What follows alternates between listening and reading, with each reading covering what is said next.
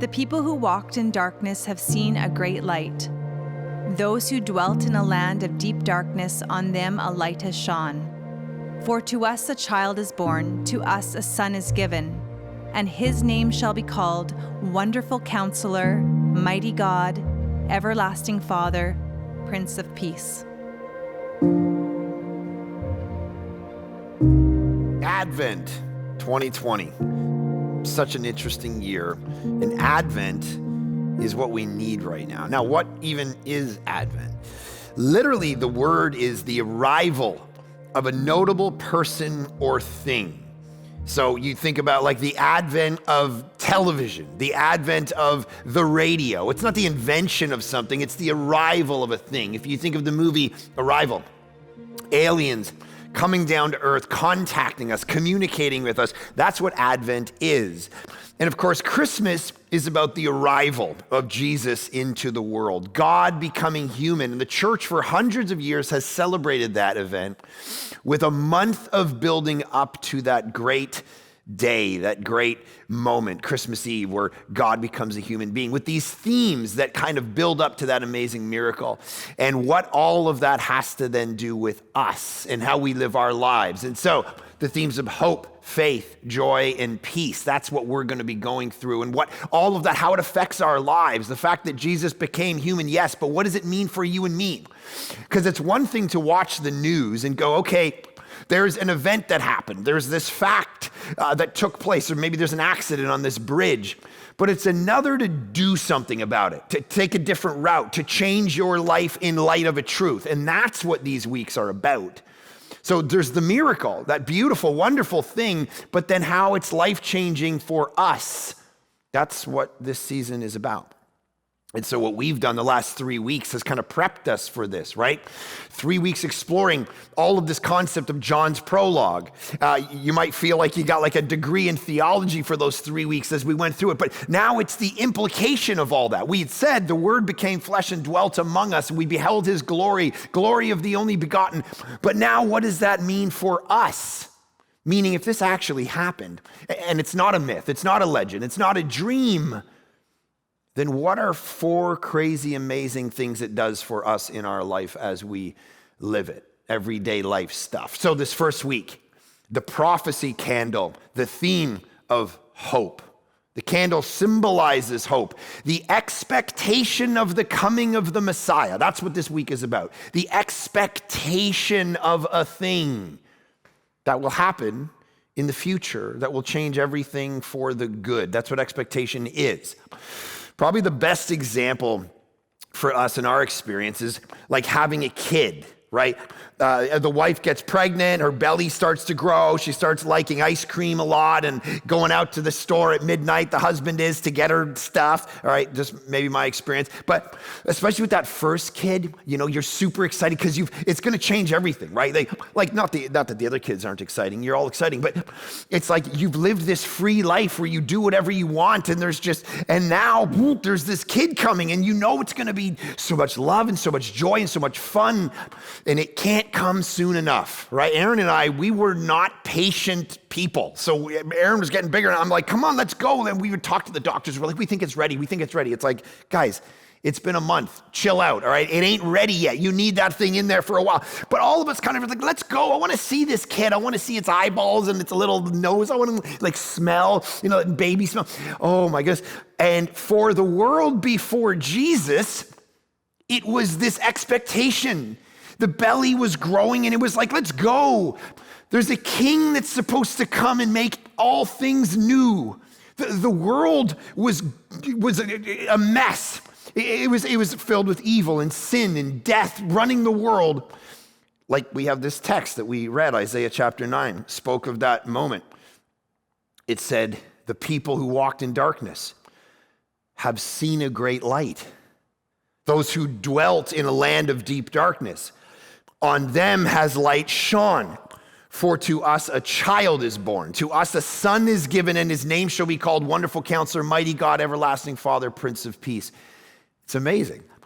That text was written 700 years before Jesus Christ arrived on planet Earth. So think about like 700 years before right now, this moment, 2020 is 1320. All right, so that's like Braveheart days. All right, there was no running water, there's no anything. All right, that's how long ago. And he's saying it's describing the state of life back then, 700 years before Jesus. And what does he say about it? He says it was dark.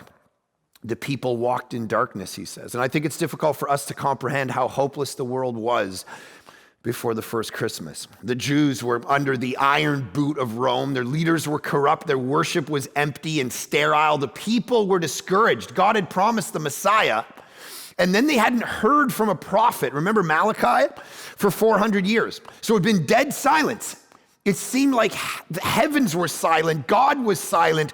There was, in a sense, they were running out of hope. And here's the first thing for us that we got to learn for our life. God is like that sometimes. He just takes too long. He's what theologians actually call, I remember one of my seminary professors said, he's the 3 mile an hour God, right? So you right now, whatever situation you're in, you're like, where's that break I'm going to get in life? When am I going to find the one? When am I going to be successful? When am I going to be healed of that thing? When are things going to turn around for me? It just seems to take forever. And what we got to understand is the bubble under this story starts to tell us there's a reason for that, though, because God's going to get it just right. At the right time, the right person, in the right place. Remember, God's main aim is not to give you what you want, but what you need. What you need for what, though? To become more like Jesus. Romans 8 says that's God's will for your life. Now, that's not always an easy life. There's seasons of pain and isolation that we all go through. You feel that right now? Pain, isolation, unsure about the future. Remember, that was Jesus' life. And we see that, and we read that, and we admire it. But then when we go through it, we're like, yeah, Jesus, you can kind of keep that part, right? We're feeling that right now. Maybe you can't be with the family you're always with this time of year, and you've been isolated from them, and you can't go to be with. It's a crazy year, and it stinks for sure, but here's what we got to know. Jesus is still on the throne, and he's coming into the world to change it, to change you, to change me. So let's look for that. And during this season, let it change us, just like Christmas did. Isaiah 9 said they walked in darkness. That's us. That's our world. That's our culture, right? Let me know a day that isn't filled with bad news around the world. It's depressing. You turn on the news, you read the news, that's our lives. But here's the thing. When you're in darkness, all you want to do is what? You want to see. You want light to come out. My dog sometimes wakes me up at 3 o'clock in the morning and goes, I want to go out. I got to go out. I got to go out. I got to go pee. So I stumble out of my bed and kind of come down the stairs, and I usually walk through my kitchen to let her out the back. And the other night, 4 o'clock in the morning, I'm walking, I just slam my foot against something the kids left on the ground. I'm like, all I want in this moment is a light. So I can see. See, humankind is lost in sin, in isolation. It's miserable. And we're starting to wonder whether life will ever be good sometimes. Will it be good with my family? Will it be good with my friends? What about my job? What about, can I find meaning again? Can I find love again? Can I find joy again? The world seems like Narnia, right? Always winter and never Christmas. That's what Lewis says about the land of Narnia. How terrible is that?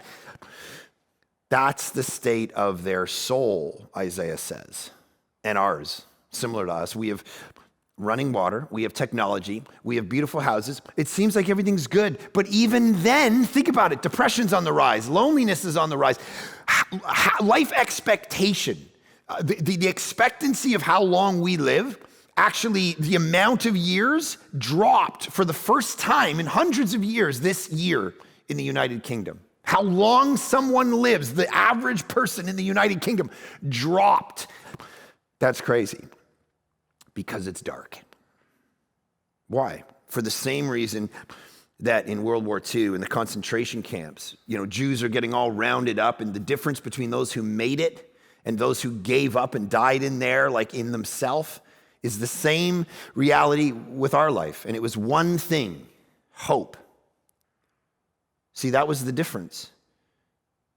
People, when you read books about World War II and the concentration camps and the experience that they had, the people who had hope, they're gonna come for us. Don't worry, tomorrow we're gonna get saved. Don't worry this. They kept going, and it's the people who gave up in their spirit. See, what causes darkness? Having no hope.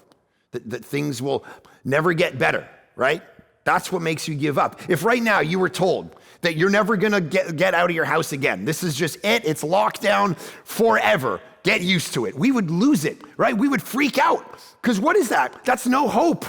That was Israel in a sense. They're getting tired of like, when is this light gonna come? See, because on the other hand, there's a kind of life that comes from hope that you can't explain, but it's everything.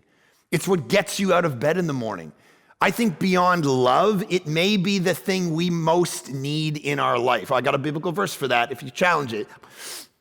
1 Corinthians 13, you know, the wedding passage where grandma's up there going, love is this, love is that. Right at the end of that passage, it says, and so in the end, there is faith, hope, and love. And the greatest of these is love. But what's the second greatest? Paul doesn't tell us. I think it's hope. It's like oxygen. It's what wakes us up when we feel 1,000 pounds and we just feel life bearing down on us. Hope is the thing that gets us to go, okay, I can take another step. I can face another day. I can face another thing. Think back, Star Wars, 1977. Why is that movie so powerful? What's it called? A New Hope, right? Why is that powerful? Because the empire's ruling, no one is free, and what they need is a new hope. And what is that new hope? That there's gonna be one that's gonna come and save everybody. He's gonna come out of hiding. It's Luke Skywalker. That's the new hope. Hope gives us life. It's like a future reason to keep going in the present. So one day a friend recently was describing a situation with his wife to me, and she's going under treatment and so on. And he kept saying, you know, this and this and this, but by August, things will be better. By August, everything's gonna turn around. By August, see, what is that? Without that, what is there? You're just staring at a situation. See, what these people in Isaiah ended up having in the end, that kept them going, is they're saying it's dark, but there's a light coming. So the question for all of us is, what should that hope then be? What should give you ultimate hope in life? We use a lot of things. We use our beauty. If I could become more beautiful, I'm gonna have hope and meaning and joy and purpose in my life. Some of us, it's your intelligence. If I could become smarter and look smarter. For some of you, it's being successful. Others of you, it's being rich. We get sold on hope a lot every single day. Every commercial we see when we're scrolling or watching TV, it's the new car, it's the vacation, it's the new makeup. All these things are gonna give you hope for the good life. If you get that right job, you get that right spouse, if you get the kids worked out, if you get more money, if you become successful, then you will have arrived. And you can have hope for the future and meaning and purpose and joy. And we know that stuff doesn't ultimately give hope. It was in what the text says. They have seen a great light, it says, shone on them. One of the first indications of the Christmas season in our lives, in our culture, is the appearance of lights, right? Every year a guy comes and puts lights on my house. And it just looks sick, right? He does all the proper. Now, I would kill myself if I tried to do it. Like, I'd get up there and slip off something and crack it wouldn't be good. So, but here's the beautiful thing. When I drive home from work, you know, starting whenever it is, November 15th or something, when I come around the corner, I see this boom, this light, this beautiful house. Partly makes sense this time of year, right? Because it gets dark by like 3. In the summer, you wouldn't be able to see these lights till 10 p.m. But now it's like, because of the darkness, the light shines. That's the beautiful part of what Isaiah is saying. It saves. Light saves. Of course, John's gospel already told us that the light shone into the darkness, and whether the darkness comprehended or understood it or not didn't change the fact that it shone, but it can change. Lord of the Rings, I've been showing my kids the movies. And we got to the third one where of course they go into the Shelob's lair, the big spider, and it looks hopeless, and it's all over, and it's dark, and Shelob's coming, and then Frodo pulls out the light of the even star that Galadriel gave him, and you can hear her voice when all other lights go out, right? And then my kids are like, woo! Yeah, because he's down, it's over. Like that spider's gonna crunch on his face, and then all of a sudden it's legit. Because when you're totally down, knocked out, hopeless, what do you need? When it's dark, you need light. So you don't give up. So all of us have been at those places of darkness and hopelessness at some point in our life. I'll tell you about a couple of mine. When my dad passed away when I was 15, I was lost. I didn't know the meaning of life. I didn't know where this was going. I didn't know where I was going to end up. But I knew that my own father had passed away, and he never even kind of called me and let me know what was happening. There was a time I was supposed to write a book, and I was really excited about it, and then my agent fired me for being too loud. It's a long story. I started a church and worked like 70, 80 hours a week for a year, and it was only like 110 people. And I was like, wow, okay, why am I doing this? Have you ever had those? Like, nothing's ever gonna change, this stinks, why am I doing this? Why am I putting all this? It feels hopeless. Maybe that's you. You lost a job, maybe you lost a parent, maybe you've been lonely as of late, your marriage is suffering, or maybe your singleness seems to be going on and on forever.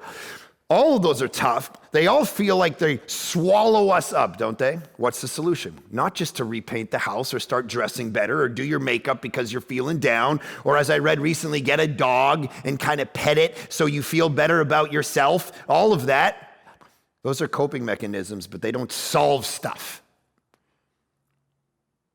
What's the light here in this text? What's the light at this season of Christmas? It's the light shines in and changes everything. What's the light? To us a child is born, Isaiah says. The only thing that will give you hope, that lasts, that stands, that matters in the darkest moments. One day a child is going to be born that will save us. So cool. This is the best story, right? So many great stories are waiting to be saved, and the only way we're going to get saved is if a special birth happens of some king or magical person's going to show up and save us. So 700 years before Jesus, it was like, okay, guys, you got to grasp this. The way the world will get joy and love and faith and hope back in their life is not through a philosophy, not a religion, not a new car, not a promotion, not a perfect marriage, not your kids working out, but through a child being born.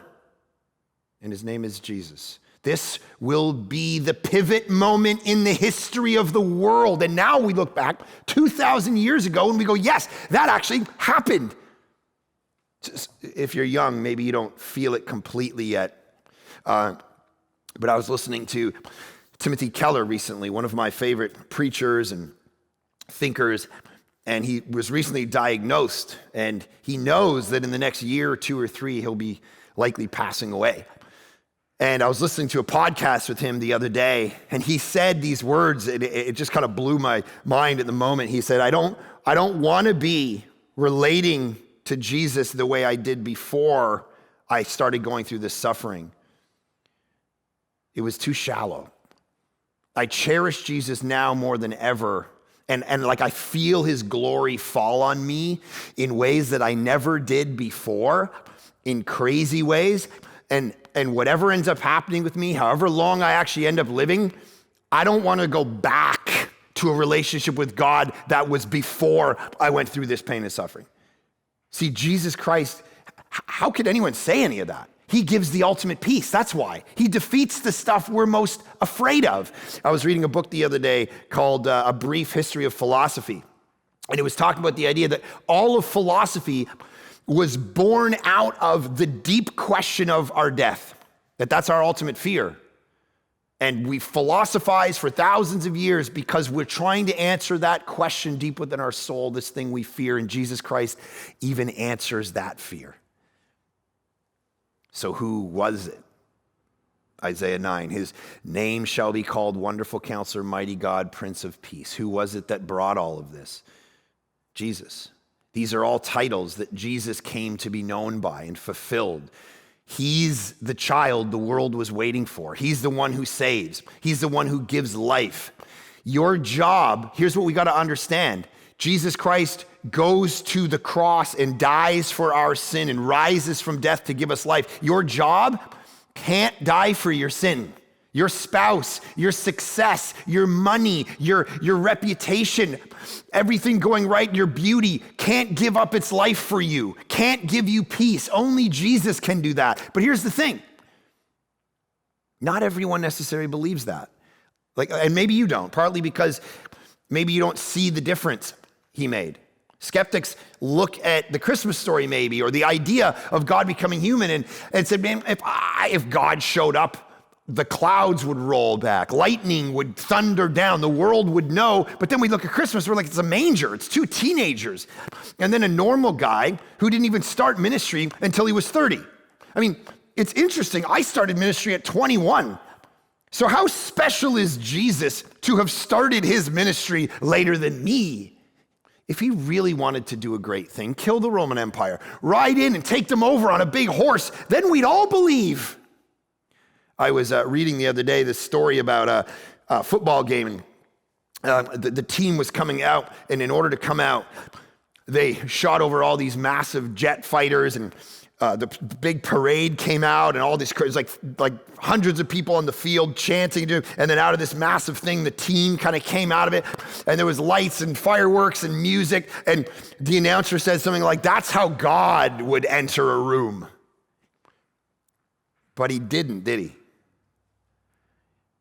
He came as this baby, poor to scared teenagers, probably like 15 years old, Mary and Joseph at the time. Why? Because he was the Prince of Peace. See, this is where we see this isn't just about Jesus, it's about you and me. He brings something. Peace. See, a lot of preaching, even around Christmas, is about Jesus. And yes, of course it is that. But Jesus does something, doesn't he? He's the counselor. He's the Prince of Peace. That's stuff about you and me. What's counselor? It's an image where he's with us, carrying us through this life. He came down and entered into our experience in such a profound way that he can carry us through because he identifies with us. See, this is Jesus. All that expectation came true in him. It actually gives me chills. Does it land on you anymore, or have you just gotten used to it? That the ultimate solution to any of our lostness, our problems, our emptiness, our search is a person, not a job, not a circumstance or whatever. It's a person. And his name is Jesus. Here's the crazy thing. In what form did that hope come for us? It wasn't to give us a bunch of money and change our country politically or jobs or health. It was someone who came to change our spiritual situation. That's exactly what you have. The soul is arguing with itself. Why are you cast down, O my soul? And why are you disquieted within me? And then that verse ends with these words: hope in God. That's the best sermon you could preach to yourself this week. Hope in God. 3 words. I use a lot of words. My sermons are some of you are like, fast forward, hurry up. Best sermon you're going to hear this week, 3 words: hope in God.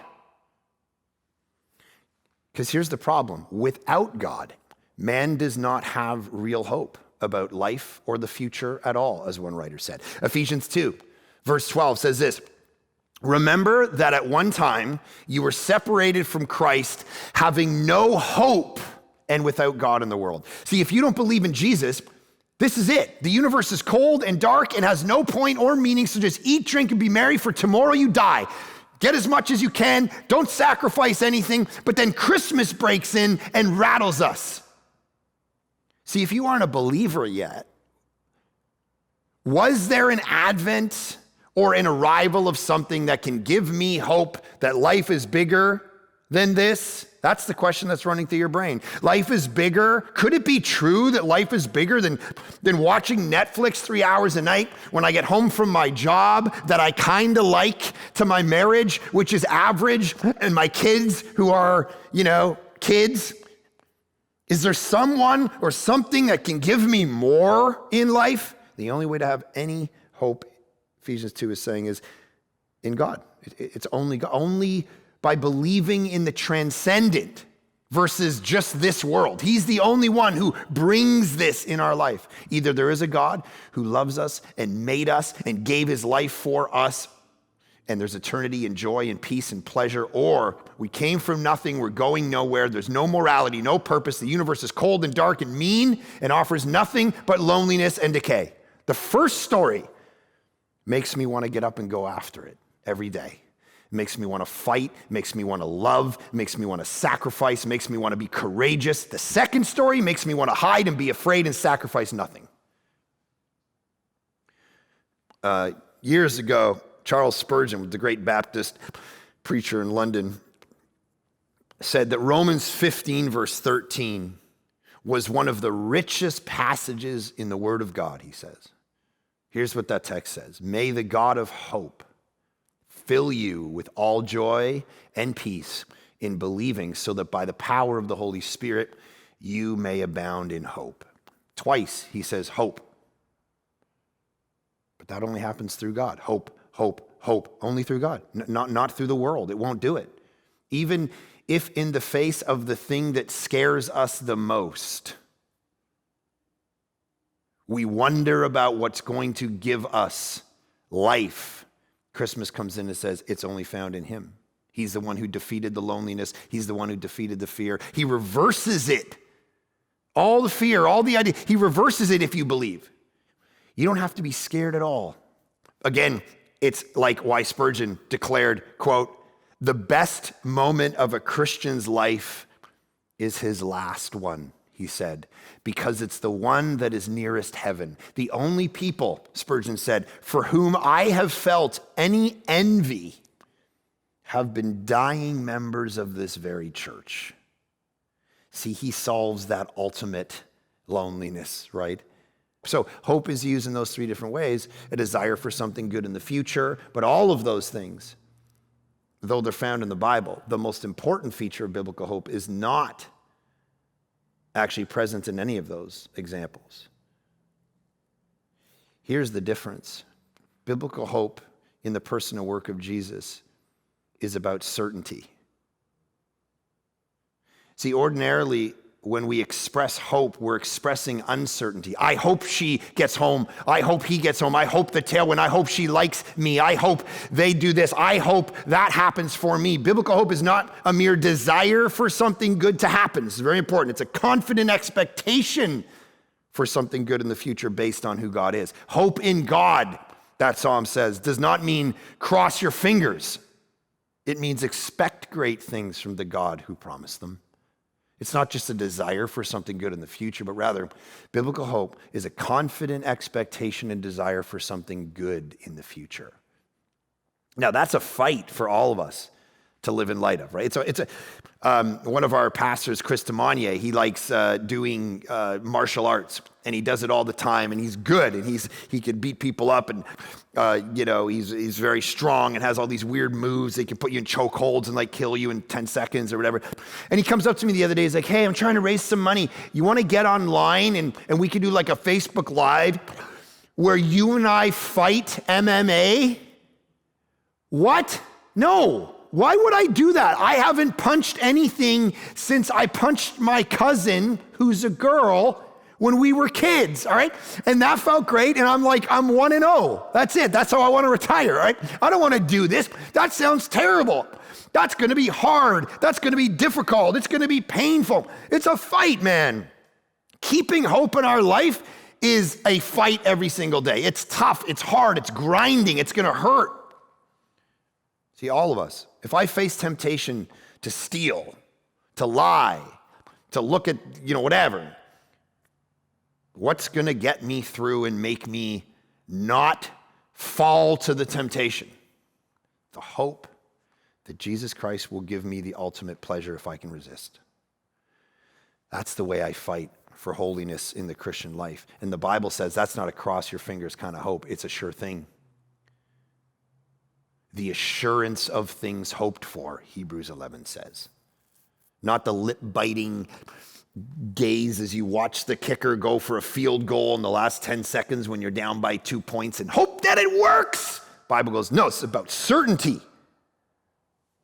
The conviction of things not seen.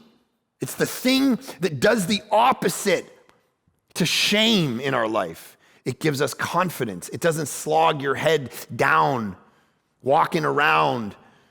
You're bold because you know a thing. If you know walking into a room that you're going to win a game that's about to be played, maybe you're going to cheat or something. Let's just play that out for you. You know you're going to, so there's a group of people and you know you're going to win because you're going to cheat. You're going to walk in with a swagger. You're going to be like, what's up, players? I'm ready to go. You want to play? You want to play? You want to bet? You see, it's a sure thing. That's the confidence it gives you.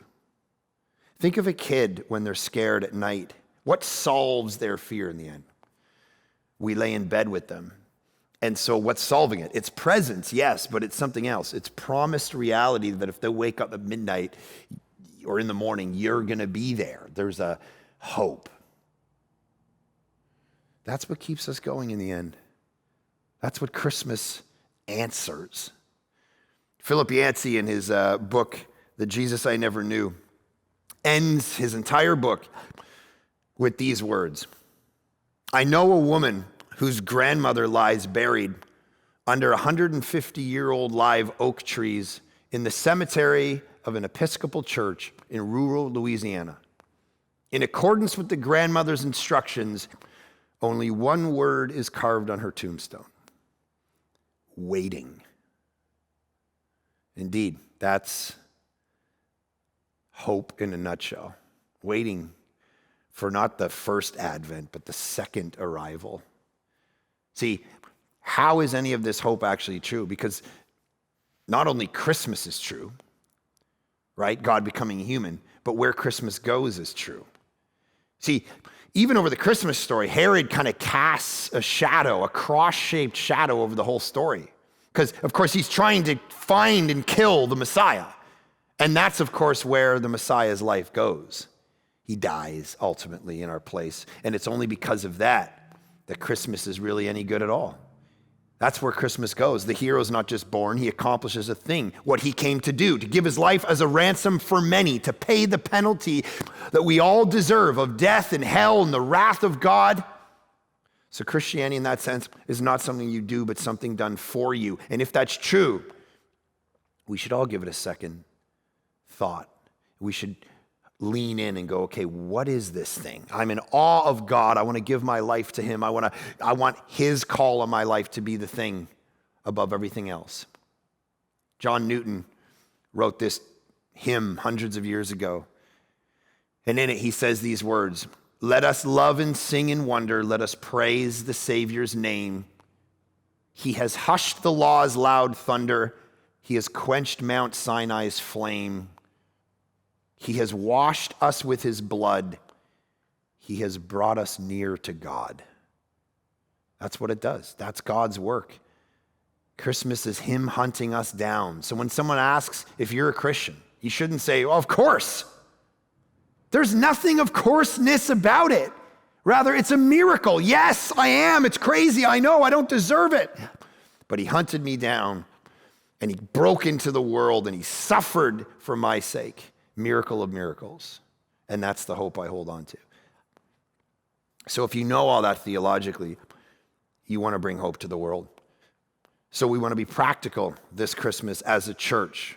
There's one of our global partners, Kawasha, which is an amazing work in Uganda, Africa, that takes orphans, kids that don't have fathers, sometimes both parents have died from HIV, AIDS, and educates them, loves them in the ways of Jesus.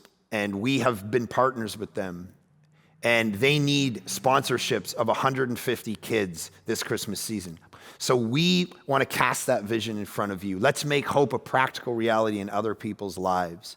The actual hope that God gives us, we give to others. So our goal is, in the month of December, to sponsor 150 kids. And the amount of people watching this video right now or listening to my voice on podcasts or whatever should know that this is the kind of thing God calls us to, and this should not be a problem to be able to sponsor these 150 kids by the end of December. So if you can do that, go to thisisvillagechurch.com. There'll be a banner, a Kawasha banner at the top of the website. Click there and sponsor a kid. 150, that should not be hard to do even in the next few days. What a time of year to realize that sacrifice is needed on our part to bring hope to the world as well. Let me conclude by reading you a poem by one of my favorite authors, Wendell Berry. He says this. It's 3 or 4 paragraphs long, so I just want you to listen to it. So whatever, close your eyes or stare out the window or wherever you're watching this and just listen to this poem or read it as I read it and take it in yourself. Berry says this. It's hard to have hope. It is harder as you grow old. For hope must not depend on feeling good. And there is the dream of loneliness at absolute midnight. You also have withdrawn belief in the present reality of the future, which surely will surprise us. And hope is harder when it cannot come by prediction any more than by wishing. But stop dithering. The young ask the old to hope. What will you tell them? Tell them at least what you say to yourself, because we have not made our lives to fit our places. The forests are ruined, the fields eroded, the streams polluted, the mountains overturned. Hope. Then to belong to your place by your own knowledge of what it is that no other place is, and by your caring for it as you care for no other place. This place that you belong to, though it is not yours, for it was from the beginning and will be to the end. Belong to your place by knowledge of the others who are your neighbors in it, the old man, the sick, the poor, who comes like a heron to fish in the creek, and the fish in the creek, and the heron who man-like fishes for the fish in the creek, and the birds who sing in the trees in the silence of the fishermen, and the heron and the trees that keep the land. They stand upon as we too must keep it or die. This knowledge cannot be taken from you by power or by wealth. It will stop your ears to the powerful when they ask for your faith, and to the wealthy when they ask for your land and your work. Answer with knowledge of the others who are here. Speak to your fellow humans as your place has taught you to speak, as it is spoken to you. Speak its dialect as your old compatriots spoke it before they had heard a radio. Speak publicly what cannot be taught or learned in public. Listen privately, silently to the voices that rise up from the pages of books and from your own heart. Be still and listen to the voices that belong to the stream banks and the trees and the open fields. There are songs and sayings that belong to this place. No place at last is better than the world. The world is no better than its places, and its places at last are no better than their people, while their people continue in them. When the people make dark the light within them, the world darkens.